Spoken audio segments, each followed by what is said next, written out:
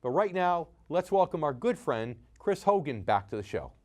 In addition to being an expert on mortgages and investing, Chris is a #1 national best-selling author of the book, Retire Inspired. It's not an age, it's a financial number. For more than a decade, Chris has been part of the team at Ramsey Solutions, spreading a message of hope as a financial coach and as a Ramsey personality. Mr. Hogan challenges and equips people to take control of their money and to reach their financial goals through his national TV appearances and his own show, The Chris Hogan Show. His latest book, Everyday Millionaires, How Ordinary People Built Extraordinary Wealth, and How You Can Too, is set to publish on January 7th, 2019. Chris, it's my pleasure to have you back on the show. Well, thank you, my friend. It's good to be back with you. So, first question, what motivated you to write another book? Tell us what this is about. Coming up soon, January 7th. Yes, it is. And I tell you, it was really digging in and understanding this whole concept of building wealth. I think I started to believe some of the myths that are out there.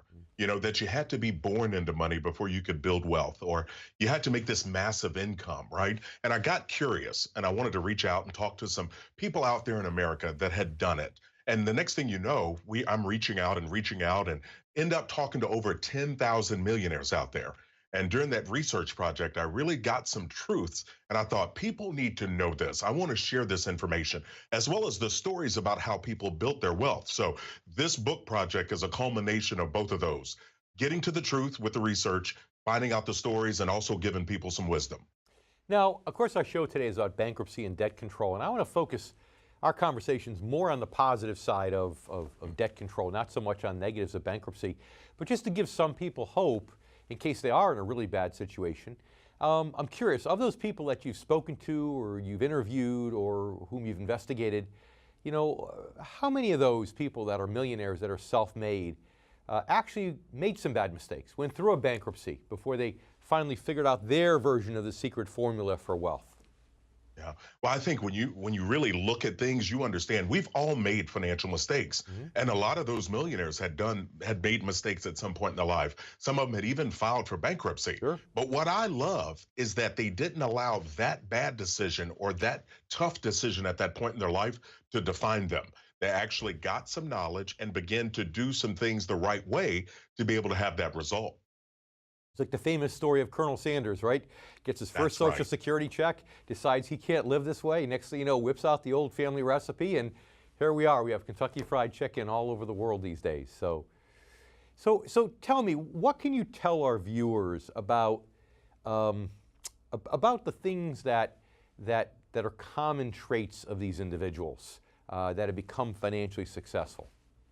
Right. Well, the people that we studied, again, over the 10,000 millionaires that we looked at, they all had some character traits. They were very intentional about what they do.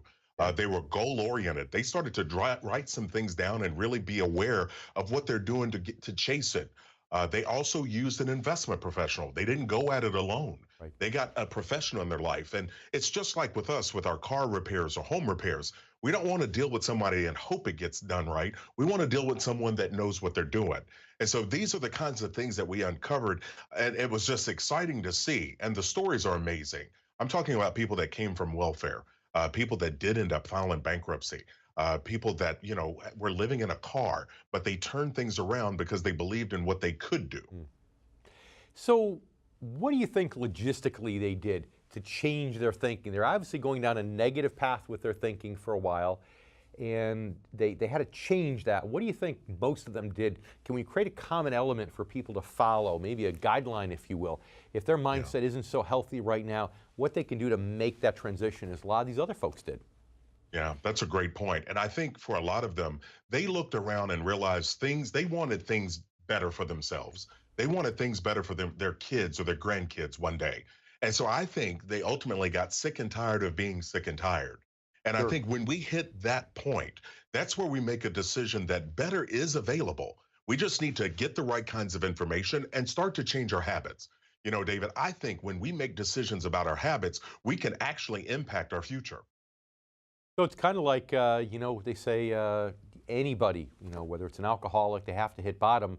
So I guess if you're a spendaholic or a debtaholic, you got to hit bottom too. That actually makes sense. Chris, we need to take a commercial break. Stay with us. We'll be right back for our next block. And I want to talk to you more about the psychology of people and what separates someone who can keep debt under control versus what separates someone from letting it get out of control. You stay with us too. We'll be right back here with many more words of wisdom from our good friend Chris Hogan on the Income Generation. Chris, thanks for sticking around. Absolutely. Glad to be with you. Now, I know you talked about the importance of having to get frustrated, having to get angry. I guess that requires just not burying your head in the sand, so to speak.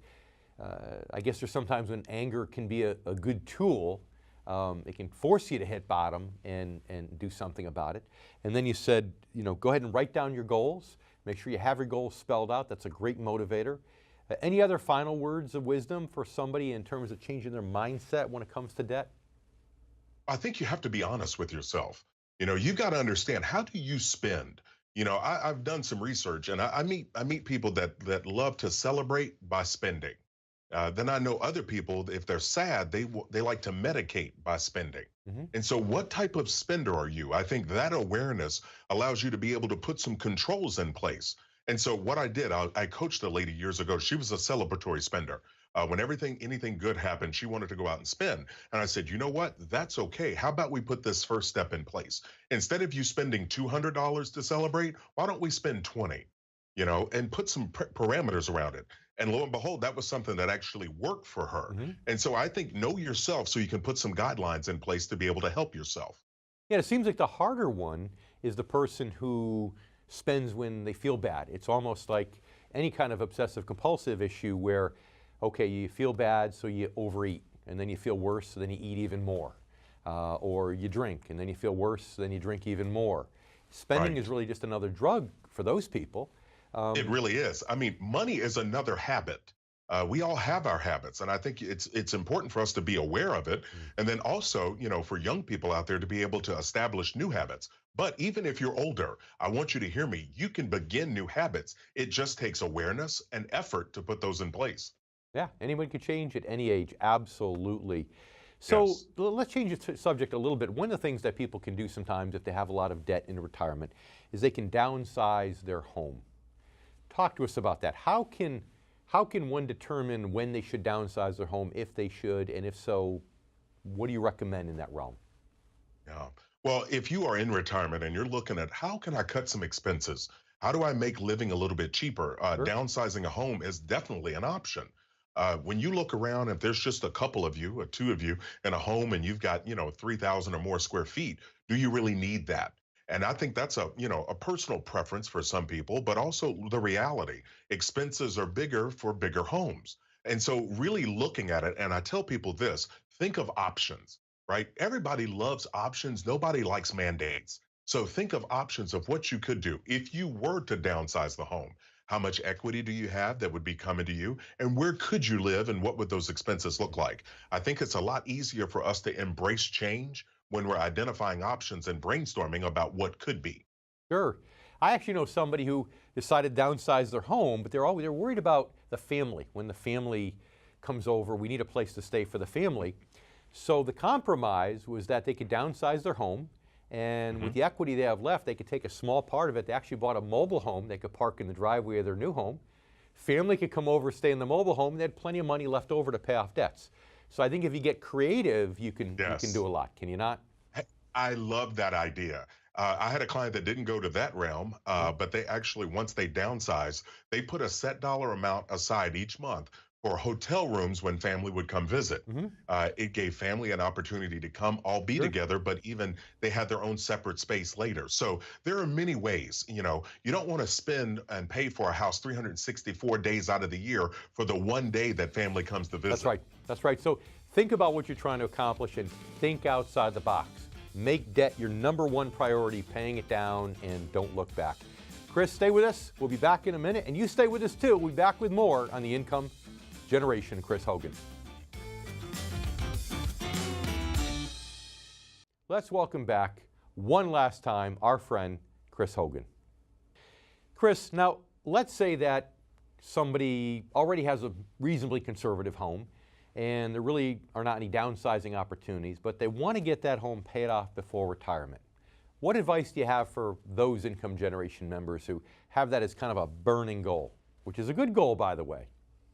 It is a great goal. I mean, paying off the home, imagine how much money that frees up Hmm. for you each and every month. So I think with anything, when you get serious about it, I want you to consider the benefits.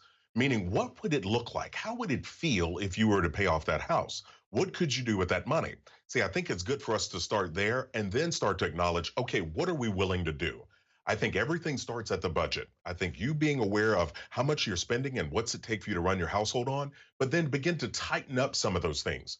For example, maybe you cut back eating out 5 nights a week down to two and redirect the other 3 nights worth of eating out toward paying extra on your home. Hmm. So I think the budget is a great area to start. But I'm telling you something, I've had people take on extra jobs to attack the mortgage so they could free up that payment a lot sooner. And Chris, I love what you said. You said write it down and think about how it would feel to be debt free.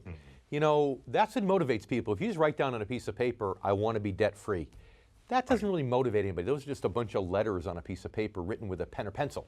But if you really take time to write out in sensory specific fashion what it's going to feel like to be debt free and what you'll be able to do for your family, that's what really motivates people to do this kind of stuff. Well, it really does. It changes the game. I mean, Yeah. David, you hit on the psychology of a lot of things. And I think this money area, it's also one of those. But we tend to play up the negative so much, we forget that the positive can be very powerful. To really think about that, what could you do without that payment leaving you? How much could you save toward retirement? How much more giving could you do? And when Right. people think about that, I think it can really motivate them. I've got my plan to get my mortgage paid off in time. Just calculated how much extra I need to put down. I'm ready to go. Now, how do we supercharge our retirement plan beyond that? Supercharge is the word that you like to use, so tell us why you use that word and what you like to see people doing. Well, for me, retirement's not an age, it's a financial number. And so I've got a list of the things that I want to be able to do. I want to be able to do some mission trips. I want to give to charities. I want to be able to prepare and have things in place for my grandkids one day. So I'm hyper motivated. When you're motivated, you start to look and you make better decisions. You want to understand, how do I grow my money? Well, the best way to grow money is with time and compound interest. So investing it in the right things and understanding my risk tolerance and my timing, utilizing Roth IRAs if you have those available to you based on your income bracket, or if you're a higher earner, being able to understand about backdoor Roth IRAs, backdoor IRAs that you can set up. So getting professionals around you so you can gain more knowledge, so you can do better at what you're already doing, but also consider doing some new things to help you fast forward. And if you have your goals, you know why you're doing it. Investing doesn't have to be a chore. It can actually be fun. You can get excited by putting the money away. So with that thought, in the 20 seconds we have left in this block, what swing thought do you want to leave our income generation viewers with? Well, I want to encourage them to dream big.